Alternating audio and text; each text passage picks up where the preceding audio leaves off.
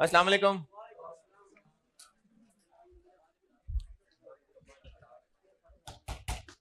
अस्सलाम वालेकुम। दुरूद शरीफ पढ़ना।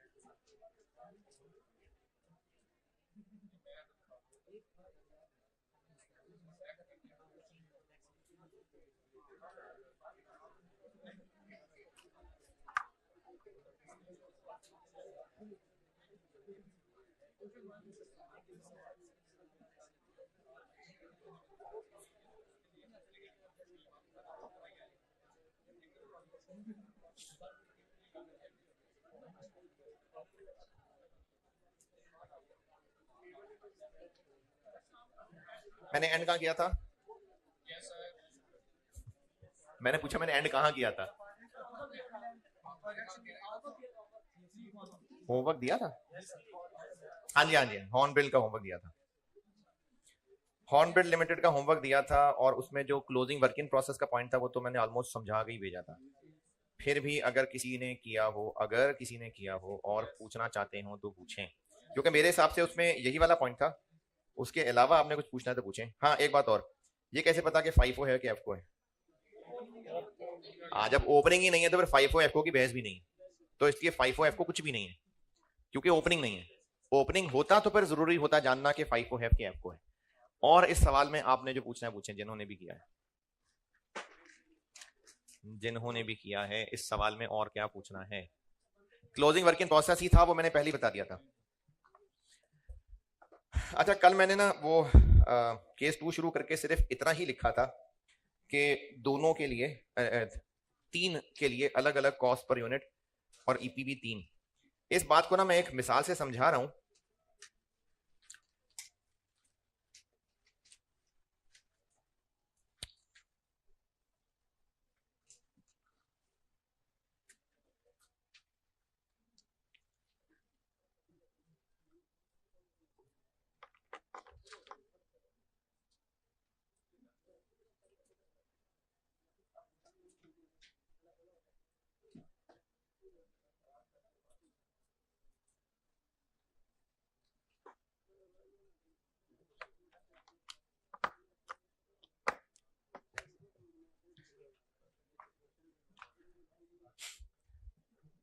अच्छा, ये जो मैं अभी आपको ना एक सवाल करके कुछ कैलकुलेशन बताने लगा हूं, तो इसको अगर किसी ने नोट करना तो करे, नहीं करना तो कोई बात नहीं है। मैंने इसमें सिर्फ आपको एक बात ही समझानी है। ये जो मिसाल सामने कर रहा हूं, अगर नोट करना है तो कर लें, नहीं करना तो कोई मसला नहीं। ये मैंने हेडिंग डाल दी थी केस 2। उस केस 2 की हेडिंग डालने के बाद इतना बता दिया था कि अब कॉस्ट पर यूनिट के 3 कॉलम होंगे। इतनी मैंने कल बात लिख दी थी ना, बस अब उसी में आगे चल रहा हूं।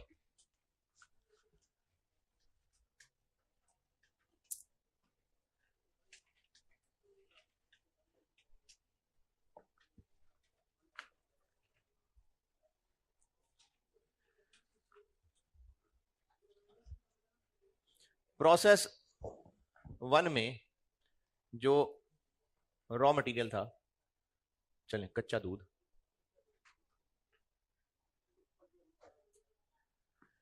इसमें उसको हमने बस उबालना था, तो उबला हुआ दूध प्रोसेस 2 में आ गया। तो प्रोसेस 2 में यहां से जो आया है उबला हुआ दूध, वो आया है जी 100 किलो। चलें 300 किलो डाल देते हैं।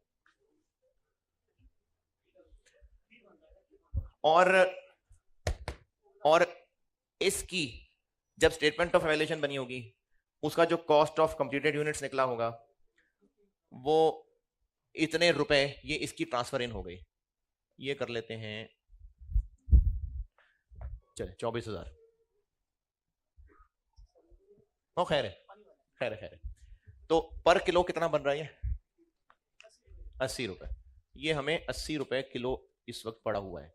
यानी हमने, बहुत पुराना सवाल है, यानी हमने इस प्रोसेस से रॉ मटेरियल इस प्रोसेस से गुजार के यहां भेजा।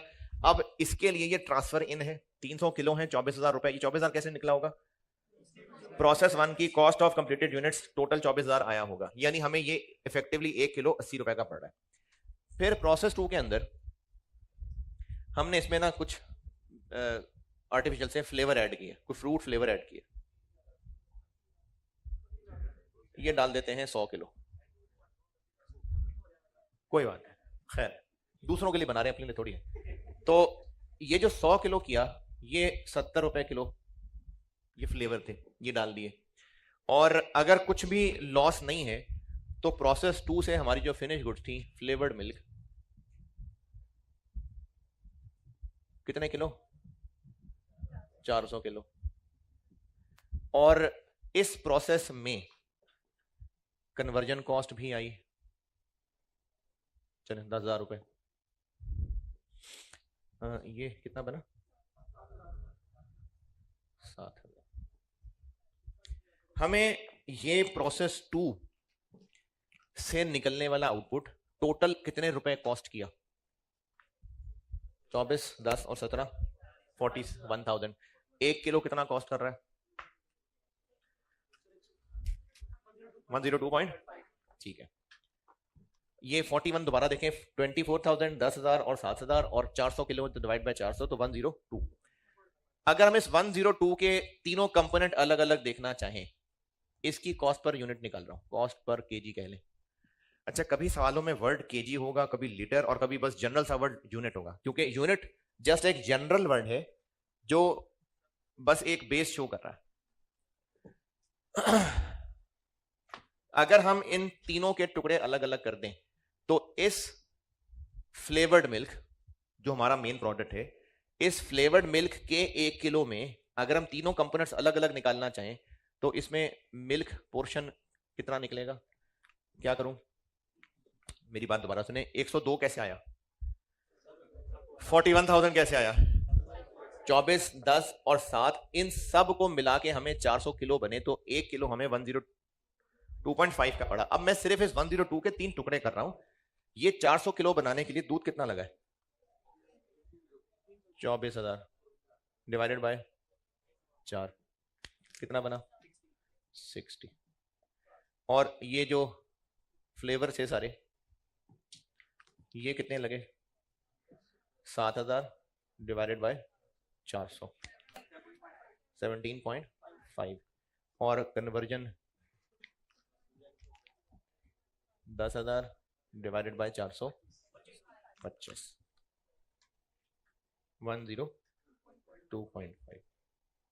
अच्छा, अब तक हम जो भी फॉर्मेट्स वर्किंग करते आ रहे थे उनको फिलहाल इग्नोर करके सिर्फ एक कॉन्सेप्चुअली बात समझा रहा हूं कि हमें इस प्रोसेस से जो 400 किलो प्रोडक्ट हासिल हुआ, ये हमें कितना 1 किलो कॉस्ट कर रहा है।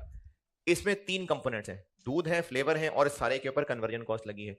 और उनको मैंने पर केजी कैसे किया? सिंपल सी बात है, जितना खर्चा हुआ डिवाइडेड बाय 400 किलो। यहां तक जितना काम किया है, इसमें कोई एतराज इख्तलाफ है तो बताएं।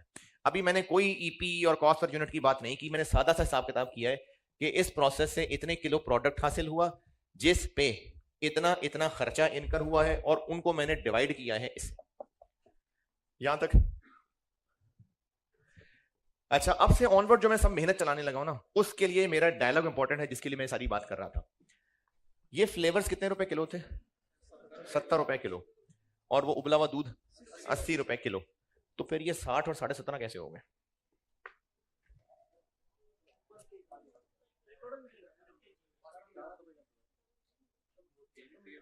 मैंने सवाल ये किया है कि उबला हुआ दूध 80 रुपए किलो है, तो फिर ये 60 रुपए किलो क्यों नजर आ रहा है?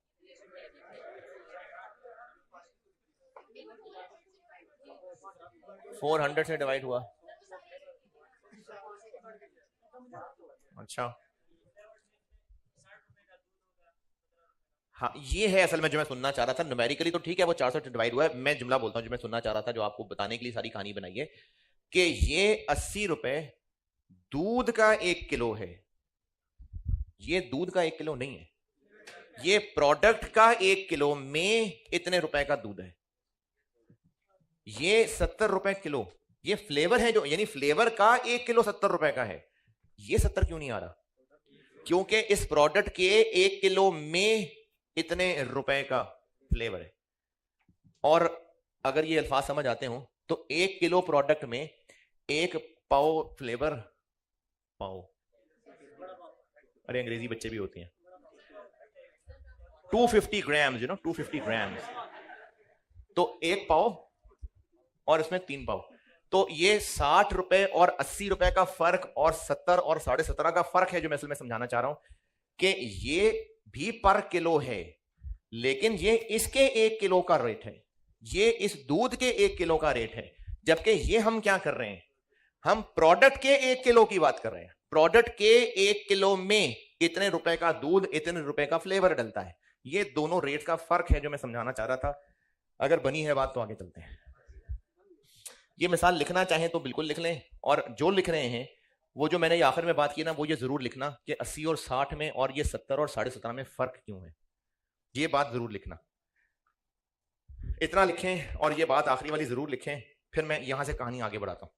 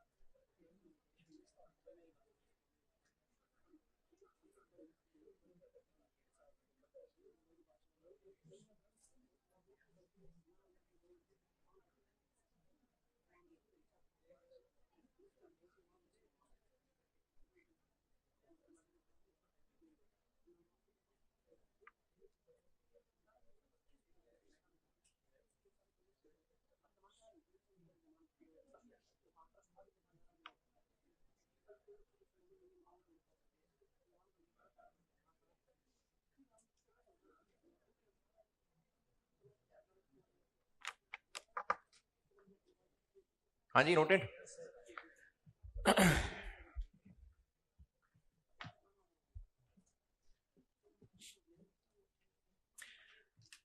अच्छा, काफी सारों ने नोटेड ना, या सबने नोटेड? मैंने अब से ऑनवर्ड जो करना है ना, मैं बार बार इस बेस एग्जांपल का डाटा पूछा करूंगा, और हो सकता है मैं बोलते हुए ये भी कह दिया करूंगा वो जो दूध था और वो जो फ्लेवर था मैं इनका जिक्र कर दिया करूंगा मैं। अच्छा, अब मैं ना करने ये लगाऊं कोशिश, जैसे स्ट्रक्चर नोट्स की कर रहा हूं, कि हम लोग सबसे पहले बनाया करते हैं क्वांटिटी स्केड्यूल, बन गया। उसके बाद बनाते हैं इक्विवेलेंट प्रोडक्शन। हमने चूंकि कॉस्ट पर यूनिट भी 3 कॉलम में निकालनी है, ये वो 3 कॉलम होंगे, तो हमें इन तीनों का न्यूमरेटर अलग अलग चाहिए, और ईपी में भी फिर हमें इन तीनों के कॉलम बना के इन तीनों के डिनोमिनेटर निकालने पड़ेंगे। तो अब तक जितना ईपी पढ़ा है, ईपी में लाइनें कौन कौन सी आ रही होती हैं?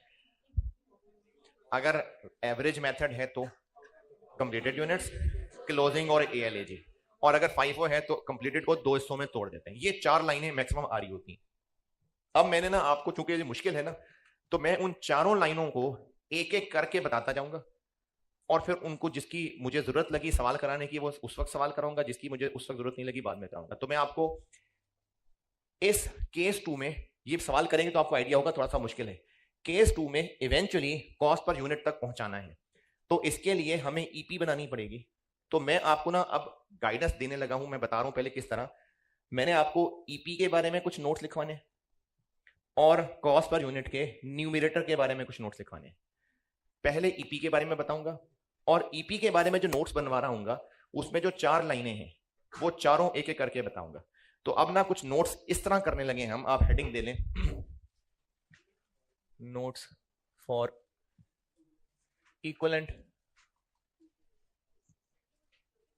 क्या जी? अरे डिस्क्लोजर वाले नहीं है भाई, टिप्स क्या दे लें, फॉर इक्विवेलेंट, वो तो फाइनेंशियल अकाउंटिंग में ना, यहां कहां से आ गया? Equivalent production working.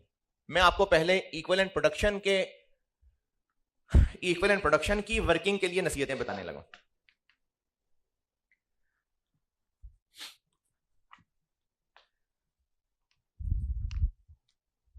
अच्छा, ये देखें, ये वाला ना नोट करिएगा अभी, मैं आपको वैसी बस एक जबानी चीज बता रहा हूं। अब जब ईपी की हम वर्किंग करेंगे तो यूनिट्स, एसओसी और इक्विवेलेंट यूनिट्स के जो हम कॉलम बनाते थे, अब तक बनाते थे 2, अब बनेंगे 3। P1 न्यू मटेरियल और कन्वर्जन, और इसमें लाइनें कंप्लीटेड, क्लोजिंग, ALAG, और अगर FIFO है तो इसको 2 में तोड़ के। तो मैं अब आपको ना ये जो टिप्स बनाने लगा हूं, मैं आपको इन चारों को, ओपनिंग, कंप्लीटेड, क्लोजिंग और ALG, एक एक करके ये बताया करूंगा कि कंप्लीटेड यूनिट्स को इस कॉलम में कितना लिखना है, इसमें कितना लिखना है, इसमें कितना लिखना है, इस तरह से बताने लगा हूं बात। तो पहली बात, कंप्लीटेड यूनिट्स यानी एफको मेथड की बात कर रहा हूं मैं, या फिर स्टार्टेड एंड कंप्लीटेड यूनिट, यानी मैं FIFO की बात कर रहा हूं।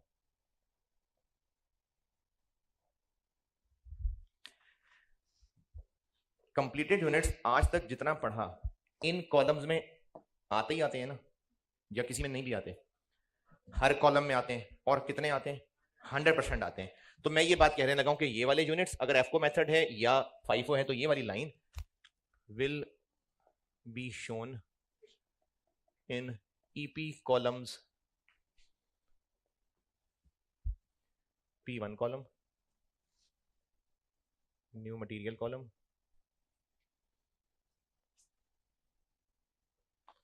और कन्वर्जन कॉलम।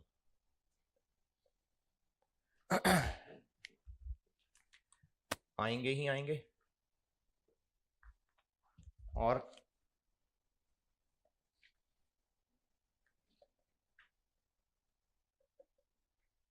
ये मैं इस पैटर्न पे आपके ना ये नोट्स बनवा रहा हूं। ये वाली बात समझ आई मैं क्या कहना चाह रहा हूं?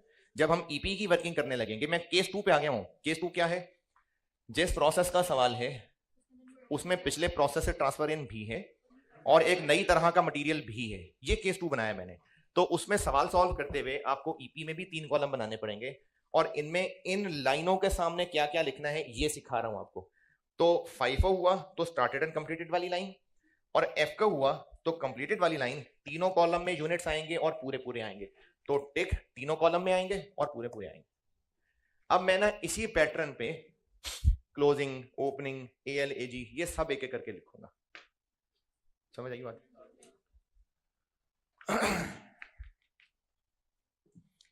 इसको लिखें तो मैं अगला पॉइंट बताऊं। लिख लिया? यहां नोटेड?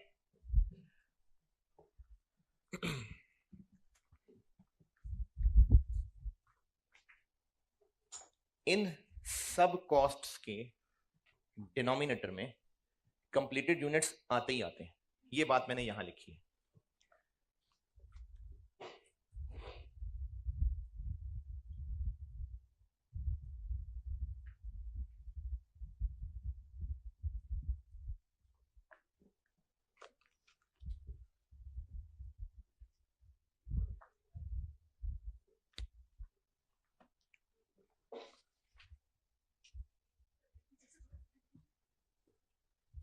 अच्छा, अब देखें डिनोमिनेटर में आउटपुट और क्लोजिंग। अब ये दो चीजें आ जाएंगी।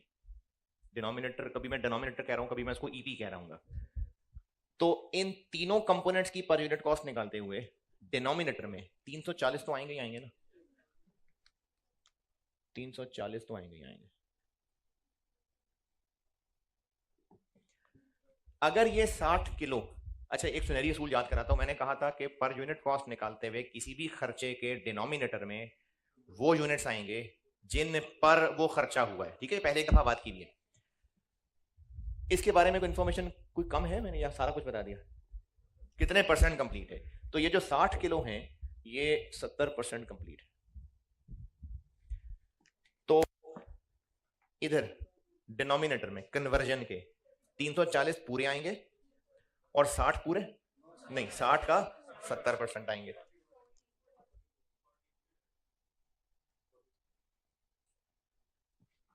यहां तक ठीक है बात?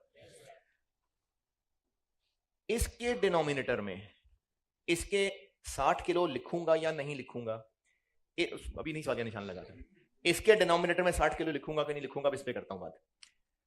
इन 60 किलो के अंदर दूध तो है ना, या दूध भी नहीं है अभी? ये दूध यहां आया है तो ये प्रोसेस शुरू हुआ है। तो ये 60 किलो दूध तो है ही है। तो इसके डिनोमिनेटर में ये 60 किलो आना चाहिए, आना चाहिए। इस 60 किलो में ये फ्लेवर ऐड हो चुका है या ये भी फीकी जिंदगी गुजार रहा है? नहीं। क्या जानना है इसके लिए कि फ्लेवर इस मशीन में कब डलता है? हो सकता है इस मशीन में इस उबले हुए दूध ने हल्की आंच पे गर्म होते रहना हो, 2 घंटे के बाद फ्लेवर ऐड होना हो और फिर मिक्स होके 4 घंटे बाद टोटल बाहर चले जाना हो। तो क्या इंफॉर्मेशन और चाहिए कि ये फ्लेवर इसमें कब ऐड होता है? अच्छा, अगर flavour is added when process is 50% complete, तो इसके अंदर फ्लेवर ऐड हो चुका, यानी 7000 के डिनोमिनेटर में 60 किलो आना चाहिए या 60 किलो का 70% आना चाहिए? नहीं, पूरा 60 किलो आना चाहिए। और अगर flavour is added when process is 80% complete, तो ये अभी बेरंग जिंदगी गुजार रहा है, इसमें अभी फ्लेवर ऐड नहीं हुआ, यानी 7000 रुपए इस 60 किलो पे नहीं लगे हैं, तो इसके डिनोमिनेटर में 60 किलो नहीं आएगा। नहीं, मैंने कहा था कि हम सवालों में ना एक अजम्पशन लेते हैं कि मटेरियल एट वंस डाल लिया, थोड़ा थोड़ा तरसा तरसा के नहीं, या तो वो शुरू में डलेगा या कुछ देर बाद, लेकिन एट वंस डलेगा तो फ्लेवर फौरन ऐड हो जाएगा, इसलिए ओवर द पीरियड नहीं। लेकिन conversion through out the process duration होती है। तो या तो इसमें फ्लेवर डल चुके हैं या नहीं डले हैं। इस 7000 के डिनोमिनेटर में ये 60 किलो आएगा अगर इसमें फ्लेवर डल चुके, और अगर अभी नहीं डले तो नहीं आएगा। अब इसके लिए याद क्या रख लें, P1 कॉस्ट के डिनोमिनेटर में क्लोजिंग के यूनिट्स आने ही आने हैं। कन्वर्जन के डिनोमिनेटर में वो स्टेज ऑफ कंप्लीशन के हिसाब से आने हैं। न्यू मटेरियल के डिनोमिनेटर में पूरे पूरे आएंगे अगर इनमें मटेरियल ऐड हो चुका, और अगर नहीं हुआ तो नहीं आएंगे।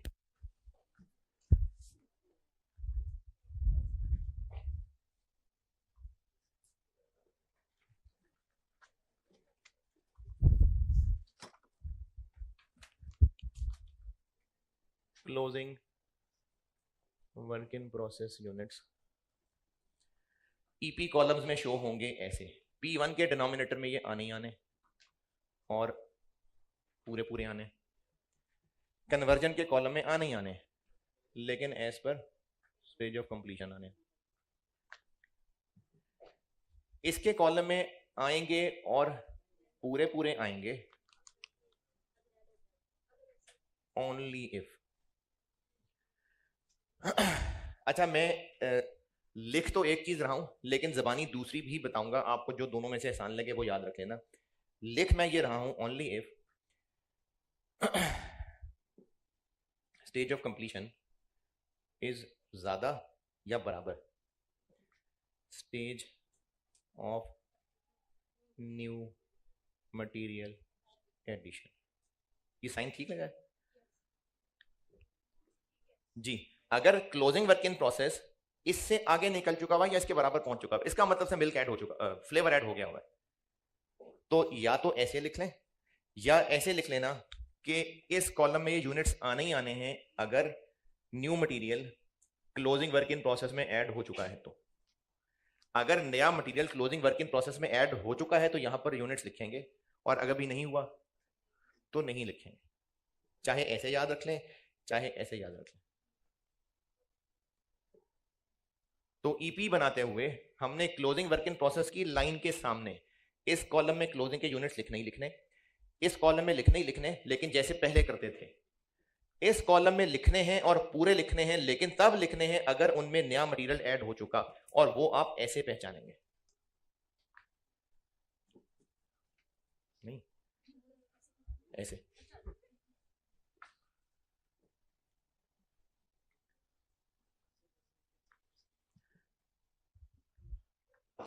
अच्छा, आपके ना ये लेक्चर नोट्स सही अरेंज्ड रहें तो इसके लिए आई एडवाइज कि इनके मैं जो सवाल करा रहा हूं वो आप इनके नीचे ना लिखें। मैंने भी 1 2 बताए ना, मैंने इसके बाद 3 बताना है, 4 बताना है और 5, तकरीबन इतनी जगह घेरते हुए 3 पॉइंट्स और बताने हैं। और फिर उसके बाद ये टिप्स थी फॉर इक्विवेलेंट प्रोडक्शन, फिर मैंने टिप्स बतानी है फॉर कॉस्ट पर यूनिट, एक पेज उसके लिए भी लूंगा। तो इतनी को जगह छोड़ के फिर सवाल लिख लें। दोबारा जैसे मैंने ये एक पॉइंट लिखा है ना, ऐसे 3 और लिखने हैं, तो फिर ये इक्विवेलेंट प्रोडक्शन की टिप्स पूरी हो जाएंगी। और कुछ टिप्स मैंने कॉस्ट पर यूनिट के न्यूमरेटर के लिए भी बतानी है, जिसपे पूरा पेज लग जाएगा। उसमें 2 3 पॉइंट होंगे, लेकिन फार्मूले लिखने मैंने उसमें, तो आप अंदाजन कोई 2 पेज छोड़ दें। अरे 3 छोड़ दें भाई, और सवाल लिखें। 2 3 पेज छोड़ के सवाल लिखें।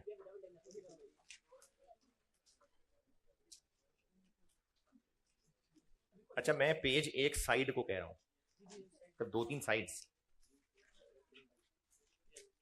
इसको नहीं कह रहा हूं, ये पूरा वर्का है।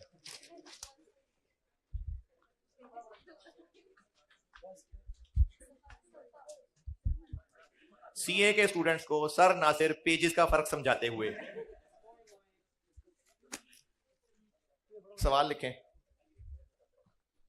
Following information relates to process 2 for the month of June. Following information relates to process 2 for the month of June.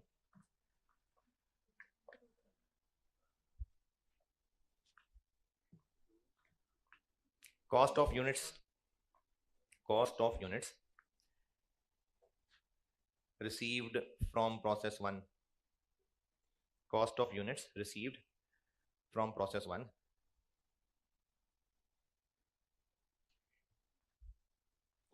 650,000, 6,50,000 lakh. और ब्रैकेट में लिखिए 20,000 units, 20,000 units. Conversion cost, conversion cost 450,000, 4.5 lakh. Closing work in process, नहीं sorry, एक और, new material cost, new material cost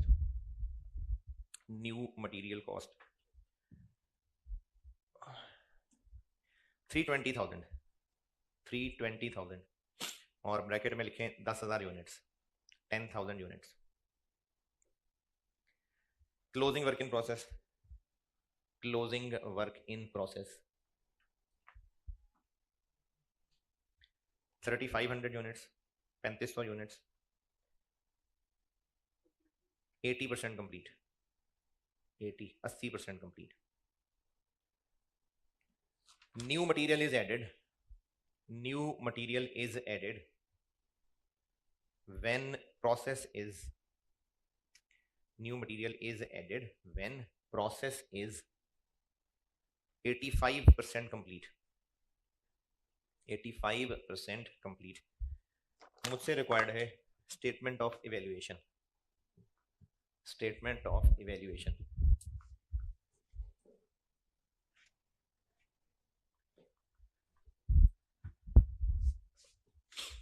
losses opening वगैरह तो है नहीं, तो क्वांटिटी स्केड्यूल की जरूरत नहीं है, ज़बानी ज़बानी काम चल जाएगा। या जो कमजोर दिल के बच्चे हैं, चलो ये देखो बना देता हूँ। ओपनिंग तो है नहीं, ट्रांसफर इन 20,000। अब इसमें 2 इनपुट हो गए ना, तो न्यू मटेरियल 10,000। अब इस केस 2 में 2 इनपुट्स हुआ करेंगे, ट्रांसफर इन भी है और न्यू मटेरियल भी है, और क्लोजिंग वर्क इन प्रोसेस 35, तो आउटपुट हो गया जी 26,500। ये हो गया क्वांटिटी स्केड्यूल। इक्विवेलेंट प्रोडक्शन,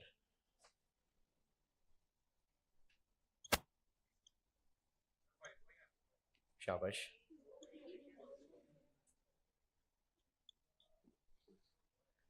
हाँ भाई 5 को है या F को है? कौन सा F को? कुछ नहीं ना, कुछ नहीं है ही नहीं ओपनिंग वर्क इन प्रोसेस।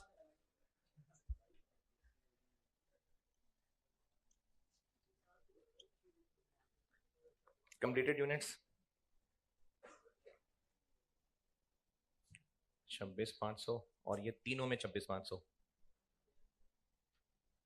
अच्छा वो कल वाला सवाल जो मैंने बोर्ड पे किया था उस पे आए जरा, मुझे लगता है उसमें एक ना अंग्रेजी की थोड़ी गलती हो गई थी, मुझे दूसरी क्लास में याद आया। जो मैंने बोर्ड पे क्वेश्चन प्रोसेस 2 सॉल्व किया था उसमें ईपी वाली वर्किंग में है।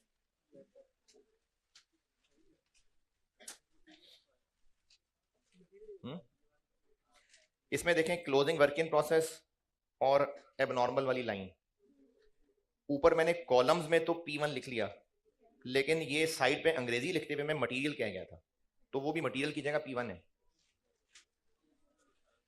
मैं ये बात कर रहा हूं, इधर देखें, मैं ये बात कर रहा हूं क्लोजिंग वर्क इन प्रोसेस, मैं यहां तो P1 लिख दिया था, ये मैंने इधर मटेरियल लिख दिया था, ये P1 है, ये मटेरियल नहीं, ये P1 है। कल वाले सवाल की बात कर रहा हूं, ये P1 है।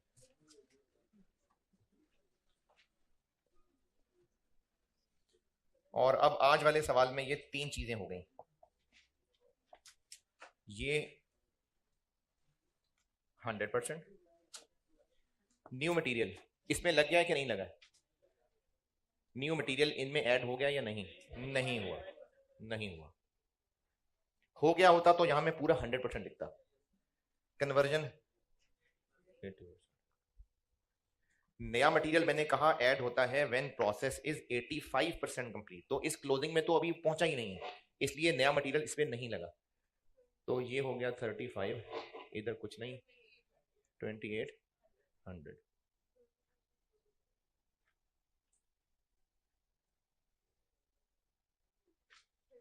थर्टी 26,500 29,300।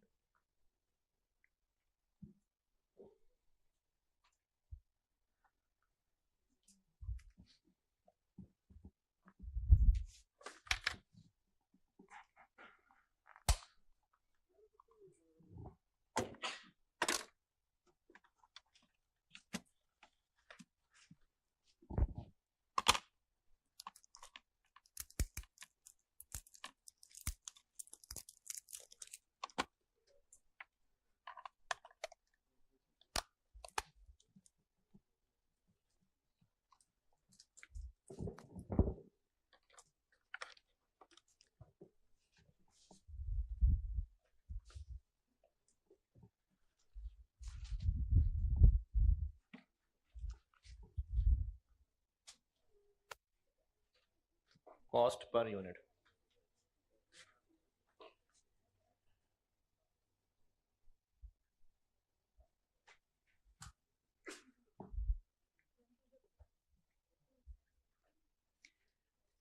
ओपनिंग तो है ही नहीं, तो बस करंट पीरियड ही है।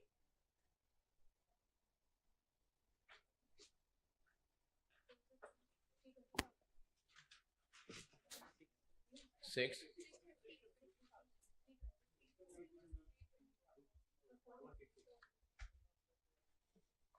और इनके डिनोमिनेटर हैं 30, 26,500, 29,300। तो कॉस्ट पर यूनिट बन गई 21.67, 12.08, 15.36।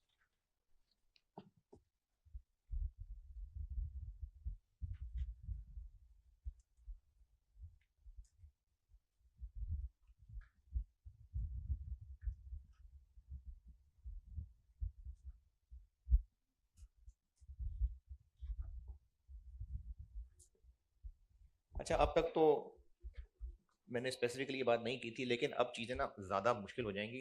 तो इसलिए जब तक एक चैप्टर चल रहा होता है, मेरी मुदबाना गुजारिश ये है कि उस चैप्टर के पिछले सारे लेक्चर नोट्स ना बार बार रिवाइज करके आया करें, क्योंकि फिर चीज़ें ना मिक्स हो जाएंगी।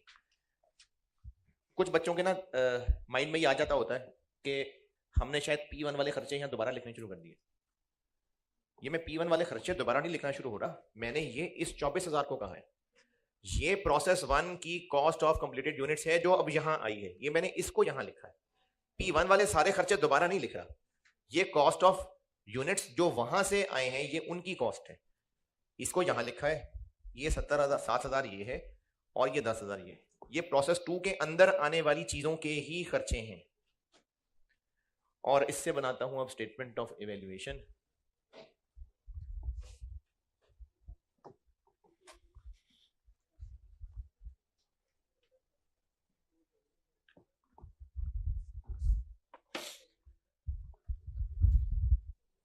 Statement of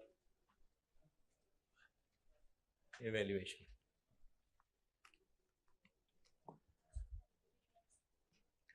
cost of completed units.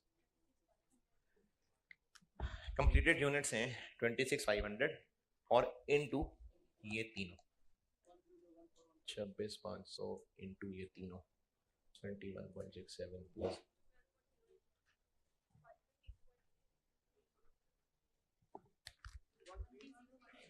13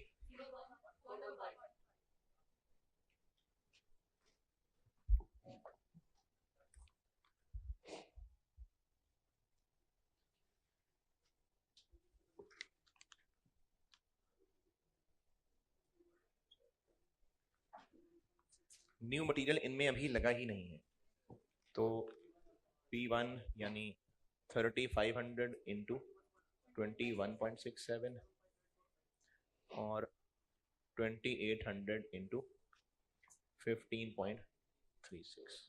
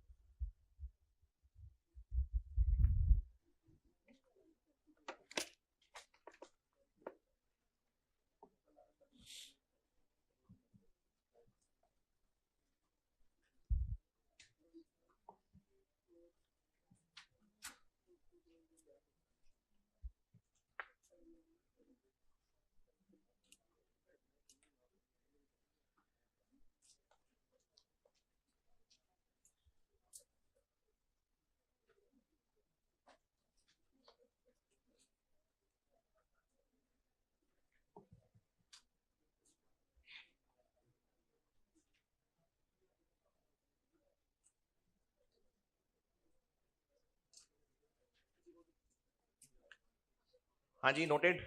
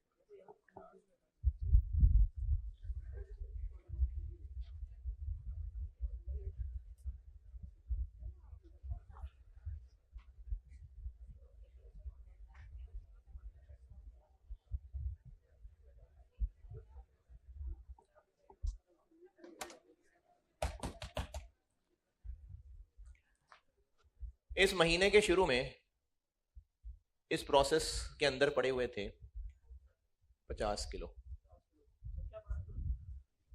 अभी देखते हैं। 50 किलो ओपनिंग वर्किंग प्रोसेस था और उसके अलावा कोई क्लोजिंग नहीं, कोई लॉस नहीं। तो आउटपुट कितना?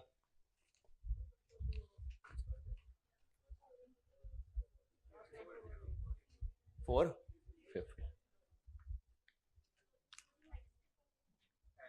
नहीं, क्लोजिंग नहीं, ओपनिंग था बस। क्लोजिंग भी डाल दूंगा बीच में तो मिक्स हो जाएगा, पहले ओपनिंग समझ लें। क्लोजिंग तो बता ही चुका हूं ना, तो ओपनिंग समझाने के लिए मैं क्लोजिंग को गायब कर रहा हूं। 50 किलो पहले थे मशीन में, 300 किलो और 100 किलो और, तो ये 450 किलो प्रोडक्ट बन गया। वो जो 50 किलो पड़ा हुआ है, क्या जानना है कि उसमें पिछले महीने फ्लेवर ऐड हो चुका था कि नहीं? दूध तो वो था ना, या दूध भी नहीं था? वो दूध तो था।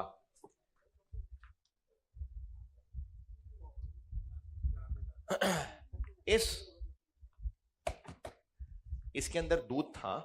अभी सिर्फ ये देखना है कि इसमें फ्लेवर पिछले महीने एडेड था या इस महीने ऐड हुआ है। अगर इसमें फ्लेवर पिछले महीने ही एडेड था तो ये 7,000 का खर्चा इस पे हुआ है। इसमें फ्लेवर पिछले महीने ऐड हो गया था तो ये 7,000 इस पे लगा है। 7,000 के डिनोमिनेटर में ये 50 आना चाहिए? नहीं। और अगर इस 50 किलो में फ्लेवर इस महीने ऐड हुआ है तो 7,000 के डिनोमिनेटर में 50 आना चाहिए।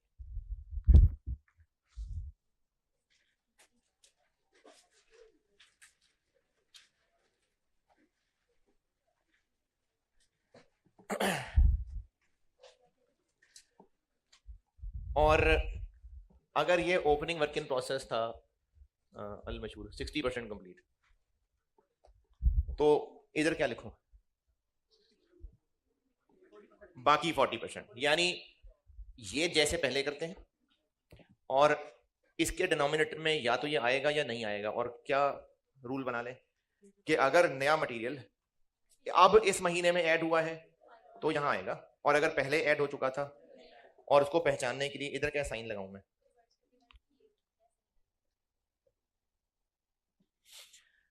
इक्वल टू नहीं, बस लेस देन, क्योंकि इक्वल टू होता तो उसमें तो फ्लेवर ऐड हो गया होता। अगर जी क्या न्यू मटेरियल या ओपनिंग? ये पहले किसकी थी? क्लोजिंग वर्किंग प्रोसेस की थी क्या? अरे नहीं भाई, दोबारा। अगर ये ओपनिंग वर्किंग प्रोसेस 60% कंप्लीट था, यानी ये, और new material is added when process is 80% complete.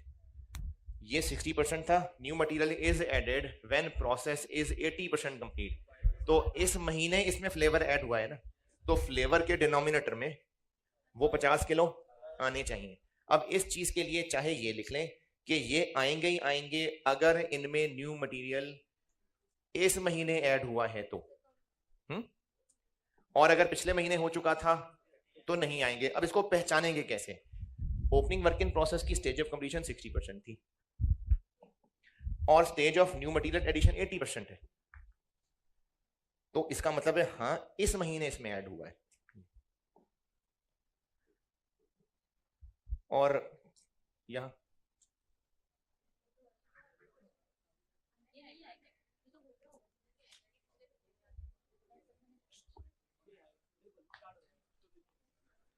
क्यों नहीं? ये 50 किलो इन 300 किलो में से थोड़ी है। ये 300 किलो क्या है जो दूध इस महीने इन हुआ है, ये 24,000 इनका है, ये 50 किलो इनमें से, तो 24,000 के डिनोमिनेटर में 50 किलो नहीं आएंगे। तो ओपनिंग वर्क इन प्रोसेस की लाइन के सामने P1 में इसके यूनिट्स कभी भी नहीं लिखने। कन्वर्जन में जैसे पहले करते हैं वैसे ही, और न्यू मटेरियल में अगर इन पे इस महीने मटेरियल लगा है तो उसके यूनिट्स लिखेंगे, नहीं लगा तो नहीं लिखेंगे।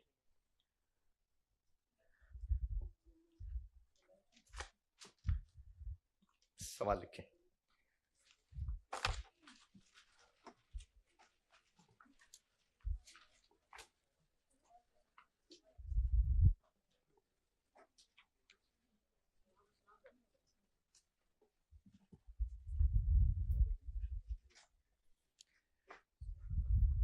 पहली लाइन तो लिख ही लेंगे।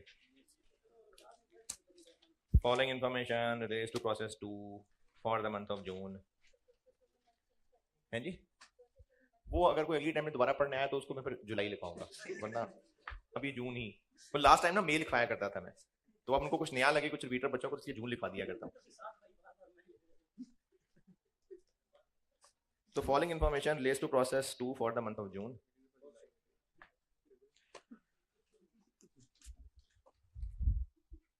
ओपनिंग वर्क इन प्रोसेस,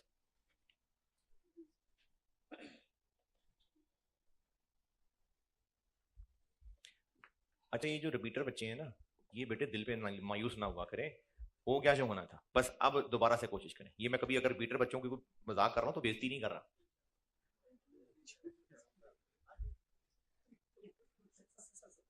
वैसे तो शर्म आनी चाहिए,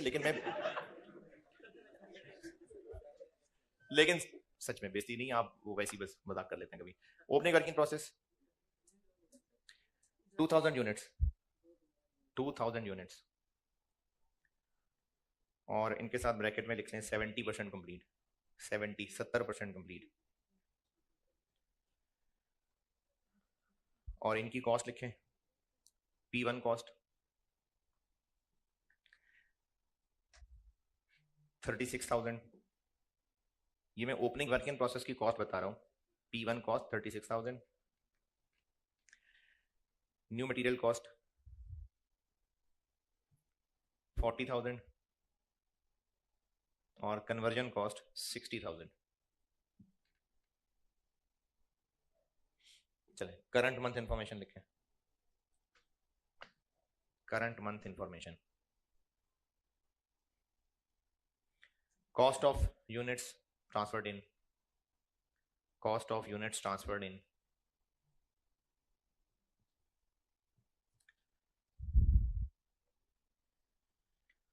$480,000 है, 480,000, और ब्रैकेट में लिखें 15,000 यूनिट्स, 15,000 यूनिट्स, और new material cost, new material cost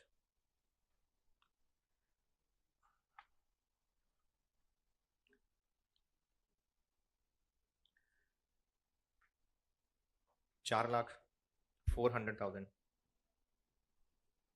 और इसके साथ ब्रैकेट में लिखें 10,000 units, conversion cost 9,09,000, closing work in process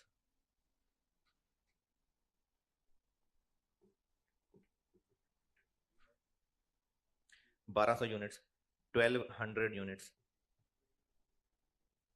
80% complete, 80% complete.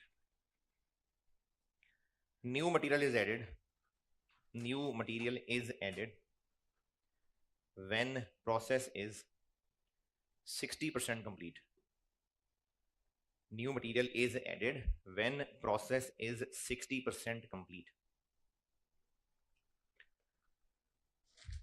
FIFO method है,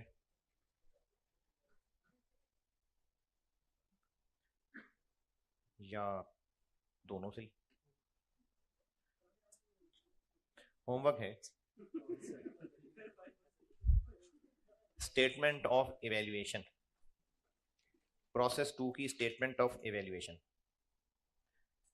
अच्छे बच्चे दोनों से कर देना, और जो बस दरमियाने दरमियाने से हैं 5 से जरूर कर देना। चलो ठीक है, अल्लाह हाफ़िज़।